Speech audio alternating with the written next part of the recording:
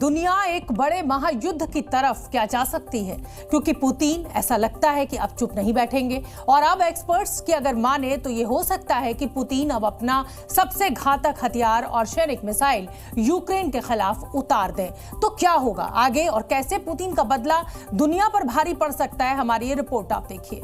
जब लगने लगा था कि रूस और यूक्रेन के बीच बातचीत होकर युद्ध विराम हो सकता है, तभी यूक्रेन ने रूस पर अब तक का सबसे बड़ा हमला कर डाला और उसकी हवाई ताकत को 35% तक कम कर डाला।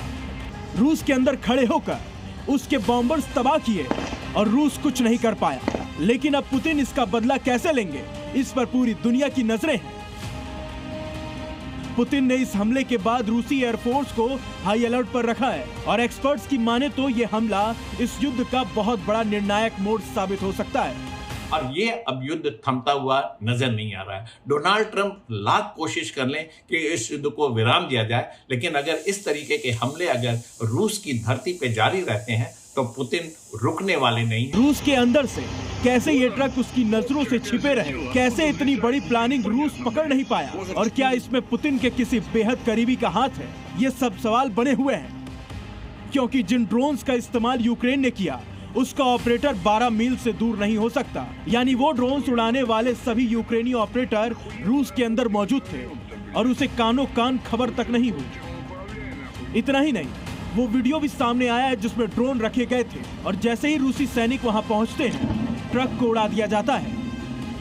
इस हमले को लेकर जेलेंस्की ने कहा है कि उन्हें अकेले ही इसका प्लानिंग कर अंजाम दिया, लेकिन इसमें अमेरिका की भी भूमिका को लेकर बड़े सवाल हैं कि क्या अमेरिका की मंजूरी के बाद ही ये ऑपरेशन को हरी झंडी मिली। मेरा मानना है कि देखिए, पुतिन के अगेंस्ट जिस तरीके से डोनाल्ड ट्रंप का कुछ दिनों पहले स्टेटमेंट आया था, पर्सनल अटैक था, इसी के तहत तमाम तरीके की इंटेलिजेंस शेयरिंग अमेरिका ने यूक्रेन के साथ की और इस तरीके के इस मैसिव रूप से और जितना डीप स्ट्राइक रशिया में किया है, ये क्लियर कट दिखाता है कि अमेरिका ने इंटेलिजेंस शेयरिंग यूक्रेन के साथ किया, एक रूपरेखा बनाई, एक आउटलाइन प्लान दिया जिसको एग्जीक्यूट यूक्रेन ने किया। रूस पर यह हमला उस वक्त हुआ जब दोनों देशों के प्रतिनिधियों के बीच दूसरे दौर की बातचीत होनी है, लेकिन जबकि इतना बड़ा घाव रूस को दिया गया है तो क्या ये एक बड़ा ऐलान जंग भी हो सकता है। इसमें एक तरफ पुतिन होंगे तो दूसरी तरफ यूक्रेन और नाटो देश। ब्यूरो रिपोर्ट, जी मीडिया। जी न्यूज़।